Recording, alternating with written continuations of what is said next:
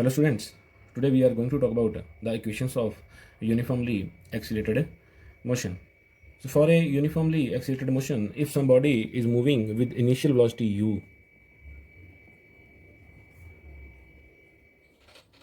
with acceleration or uniform acceleration a for the time interval t, then the body will acquire the final velocity as v and it will cover distance equal to s in this interval. Then the three equations that give or that represent this accelerated motion are v is equal to u plus at. Second equation is s is equal to ut plus half at square, and third equation is v square equal to u square plus 2as.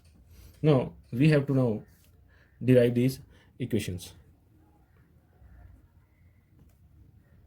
and we can derive these equations by using graphs, or we will use the velocity time graph. For this, let us say that some body is initially, so initially means at time t is equal to 0. At time t is equal to 0, initially the body is moving with velocity u. It keeps on moving for the time t, with uniform acceleration, and finally it acquires the velocity v. Then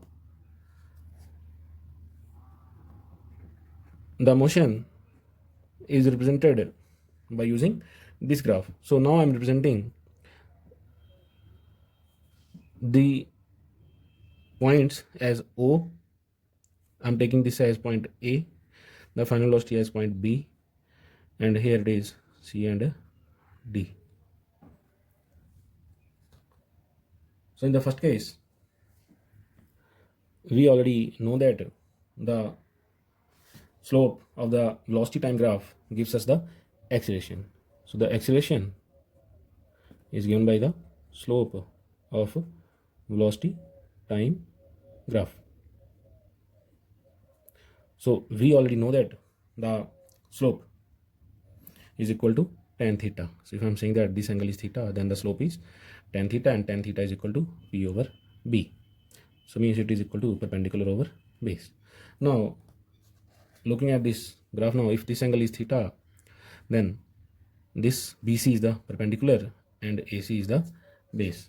So means this is equal to BC over AC. Now looking at the graph, this BC is equal to V minus U. So this is V minus U, and this AC is time we have taken initially as 0 and finally as t. So this AC will be equal to t unit.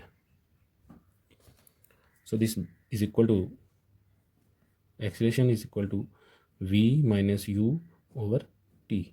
Now cross multiplying these, so we get AT is equal to V minus U. So from here we get V is equal to U plus AT, and this is our first equation of motion. Now for the second case, we know that the distance traveled is equal to the area under the velocity time graph. So the distance traveled is equal to area under the velocity time graph, or the area between the velocity and the time axis. So this area now, so area is equal to, in this case, the area is equal to the area of the rectangle. This is equal to area of rectangle, I'm taking it as, this is the rectangle now. So rectangle is OACD, OACD, and plus area of triangle, and the triangle is A, B and C. So area of triangle A, B, C. We know that the area of rectangle is length multiply breadth. So here the length is T and the breadth is CD. So means this is equal to, I can say, AC multiply CD plus area of triangle is half multiply base. So base is AC and height is BC. So now AC is T and CD is equal to U plus half. Once again, AC is T and BC is V minus U. Now, from the above equation, we have V minus U is equal to 80. So this is equal to UT plus half T multiply 80. So I'm naming this as equation number A.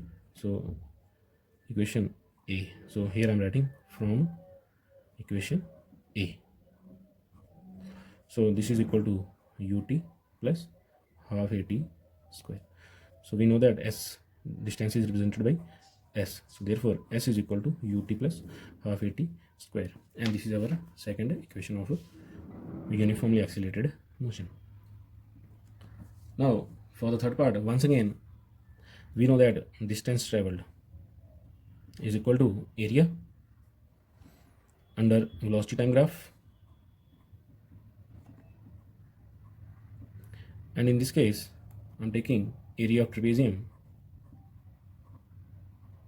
The name of the trapezium is ODBA, and we know that the area of the trapezium is equal to half multiply sum of the lengths of parallel sides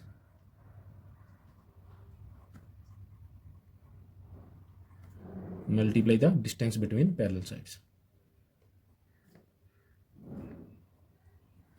So here OA and BD are the two parallel sides of the trapezium. So half multiply OA plus DB, and OD or AC is the distance between the two. So multiply OD. So by using this half multiply, now OA is 0 to U, so it is U, and BD, this is equal to V from here. So BD is V minus 0, so it will be V, and OD is equal to T.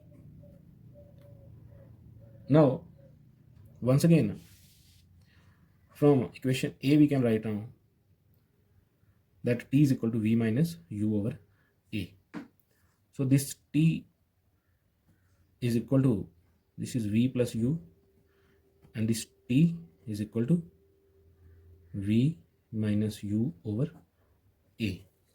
For this I'm using this equation A once again. So this equation A can also lead us to T is equal to V minus U over A. So I'm naming this equation as B, equation B. So here I'm writing from equation B. So multiplying this, so this becomes 1 over 2A V plus U multiply V minus U. So using A plus B multiply A minus B, that is A square minus B square. So distance is represented by S. So now cross multiplying this, so we get 2AS is equal to V square minus U square. So therefore we get V square equal to U square plus 2AS. This is our third equation of motion. We can also derive these equations by using the definitions. So alternatively, these equations can also be derived by using the definitions. So for the first equation, we know that acceleration is equal to change in velocity over time.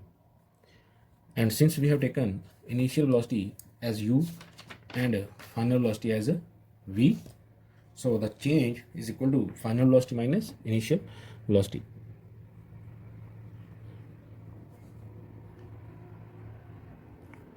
Over time. So this will be equal to v minus u over t. So we have acceleration is equal to v minus u over t. So this implies that at is equal to v minus u. Therefore, v is equal to u plus at. This is our required first equation. For the second equation, we know that distance traveled is equal to average velocity multiply time. So average velocity will be equal to the initial velocity plus final over 2, final velocity over 2 multiply time. So this is equal to once again u plus v over 2 multiply t. From equation 1 now we have v is equal to u plus at. So I am replacing v with u plus at over 2 multiply t. So this is by using equation 1. So this gives us 2u plus at multiply t, and now this 2 is for both. I'm using it separately with both. So this 2 will get cancelled with this. So this remains now. It is u plus at over 2 multiply t. So now open this bracket. So we get s is equal to ut plus half a t square. This t will be multiplied to both. So this is our required second equation. Also,